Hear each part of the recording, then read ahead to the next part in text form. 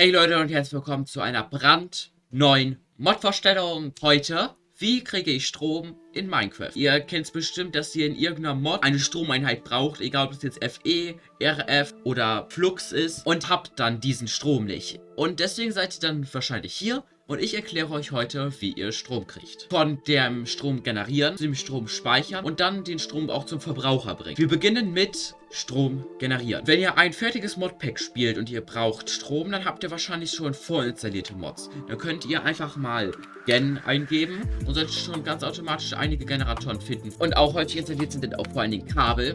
Die könnten dann auch Wires heißen oder so. Müsst ihr einfach mal gucken. Habt ihr ein eigenes Modpack, dann müsst ihr euch einer von diesen Mods, die ich hier mal euch auf den Bildschirm gepackt habe, installieren. Weil das sind die ich hier auch habe, womit ihr das gut hinkriegen solltet. Aber wenn ihr eine Mod habt, die Strom verbraucht, habt ihr häufig auch in dieser Mod etwas, was Strom generiert. Aber das muss nicht zwingend so sein. Viele Generatoren funktionieren so, dass man einen Verbraucher hat. In diesem Fall wären das brennbare Blöcke. Die packt man da rein und dann wird Strom hergestellt. In diesem Fall wären das brennbare Blöcke, die man hier reinpackt. Hier wären das Flüssigkeiten, die man da reinpackt, wo man raufklicken kann. Dann ist hier die Flüssigkeit drin und aus der Flüssigkeit wird dann Strom generiert. Oder was es natürlich auch gibt, sind deutlich krassere Verbrauch-Items wie ein Netherstar, den man dann hier reinpackt und aus dem Strom generiert. Es kann aber auch sein, dass ihr das Teil einfach nur hinstellen müsst, mit verschiedenen Komponenten zusammenbauen und es so anfängt Strom zu produzieren. In diesem Fall wäre das der Infinity-Generator mit einem Space Stone drin. Wahlweise kann es auch einfach ein Solargenerator sein,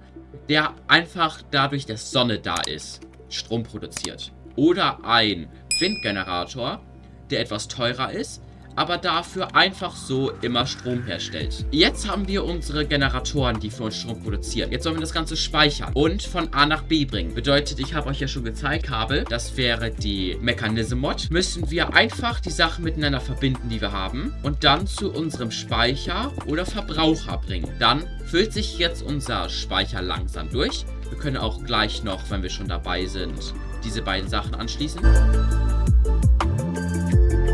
Ihr müsst gucken, bei der Mechanism-Mod ist es so, dass ihr die Configs einstellen könnt und dann einstellen, von wo welcher Strom kommt. Leute, ihr müsst auch schauen, gut, hier ist jetzt Output, das müsste dann hier sein. Wenn es das nicht ist, müsst ihr einmal rumprobieren und gucken, bis dann hier irgendwann Strom kommt. Das hier ist dann das obere, und das hier ist die Seite, weil jetzt hat sich das hier angefangen aufzufüllen.